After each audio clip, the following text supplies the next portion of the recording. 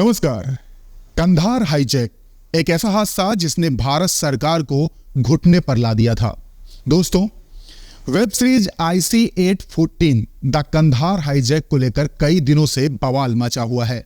दरअसल आतंकियों का असली नाम इब्राहिम अतहर, शाहिद अख्तर सईद और सनी अहमद काजी तथा मिस्त्री जहूर इब्राहिम और साकिर थे।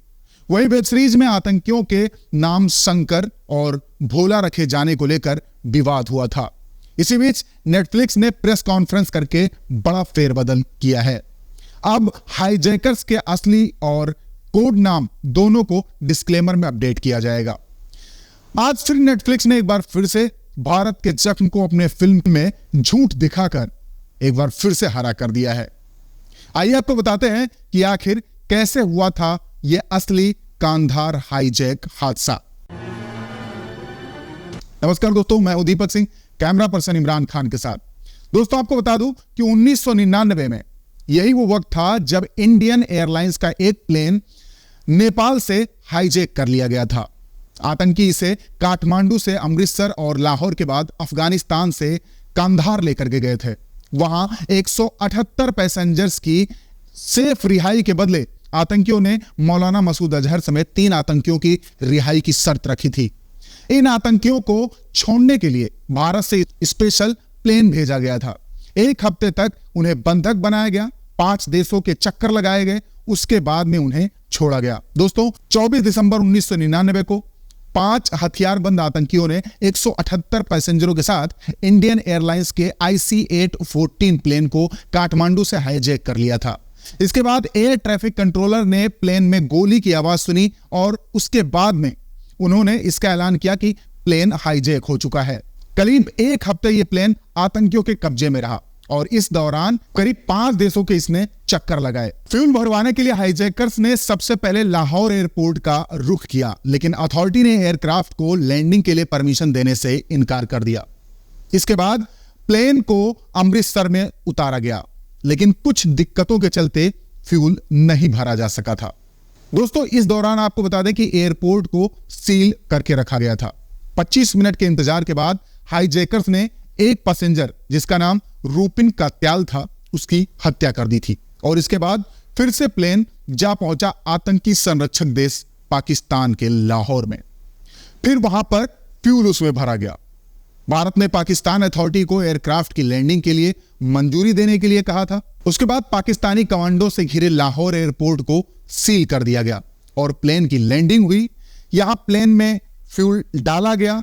उसके बाद यहां से इस प्लेन ने काबुल के लिए अपनी उड़ान भरी, लेकिन काबुल और कांधार में रात के वक्त लाइट्स का सही इंतजाम न होने के चलते इसे दुबई डाइवर्ट कर दिया गया। फिर दुबई के अल मिन्हद एयरफोर्स बेस में इसकी लैंडिंग हुई।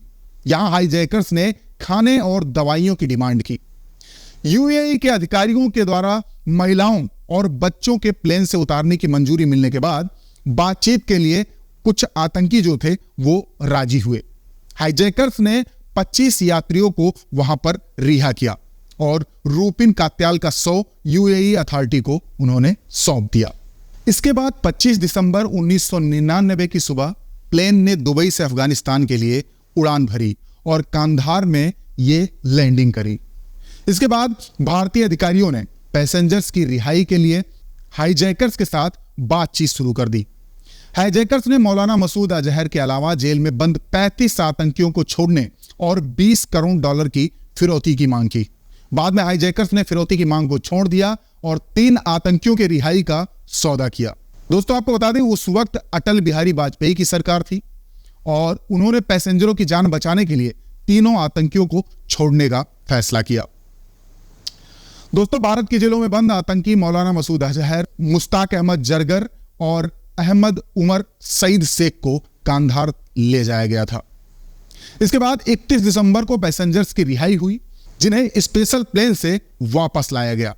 यही आतंकी मसूद अजहर जिसे छोड़ा गया था, इसने सन 2000 में आतंकी संगठन जैसे मोहम्मद बनाया था। आपको बता दूं, रिहाई के बाद अजहर तालिबान की मदद से अफगानिस्तान के रास्ते पाकिस्तान पहुंचा। उसने कश्मीर में इंडियन फोर्स से लड़ने के लिए जैसे मोहम्मद बनाया था और यह भी आरोप लगता रहा कि पाकिस्तानी खुफिया एजेंसी ISI जैश के आतंकियों की मदद करती है। 2001 में पार्लियामेंट में हुए आतंकी हमले में अजहर प्राइम सस्पेक्ट था। उस वक्त पाकिस्तान ने अजहर के खिलाफ कार्रवाई करने से मना कर दिया था।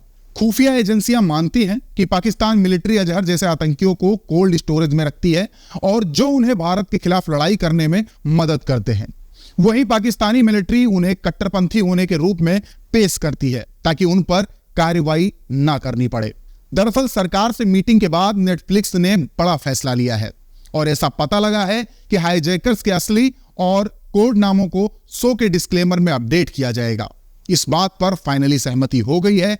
मोनिका शेरगिल के दिल्ली में होने के चलते प्रेस कॉन्फ्रेंस में शामिल नहीं हो सकी हैं वो। हालांकि जो प्रेस कॉन्फ्रेंस हो रही है उसके मंच पर अनुभव सिन्हा, पंकज कपूर, दिया मिर्जा और नसरुद्दीन शाह, कुमुद मिश्रा, विजय वर्मा, पत्रलेखा और मनोज पहवा आदि मौजूद थे। दोस्तों, सीरीज में बदलाव से पहले नेटफ्लिक्स इंडिया हेड मोनिका की मंत्रालय के वरिष्ठ अधिकारियों के साथ मीटिंग हुई थी। इस दौरान विवाद पर बातचीत की गई। नेटफ्लिक्स की तरफ से पहले ही केंद्र सरकार को कहा गया था कि सीरीज के आपत्तिजनक हिस्से में बदलाव करने के लिए तैयार है। वहीं भविष्य में जो भी वेब सीरीज और फिल्में आएंगी उनमें लोगों की भावनाओं का ध्यान रखा जाएगा, तब जाकर चीजें तैयार होंगी। दरअसल आतंकियों के कोड नेम भोला और शंकर पर बवाल मचा हुआ है। लोग नेटफ्लिक्स पर गुस्सा निकाल रहे हैं। वहीं हिंदू भावनाओं को ठेस पहुंचाने का भी आरोप लगा है। अब देखना है कि क्या नेटफ्लिक्स अपने देश विरोधी और हिंदू विरोधी कंटेंट बनाना बंद करता है या नहीं। इस पर आपकी क्या राय है, हमें कमेंट सेक्शन में जरूर बताएं। कैमरा पर्सन इमरान खान के साथ मैं दीपक सिंह, स्टोरी जंक्शन। नमस्कार, जय हिंद।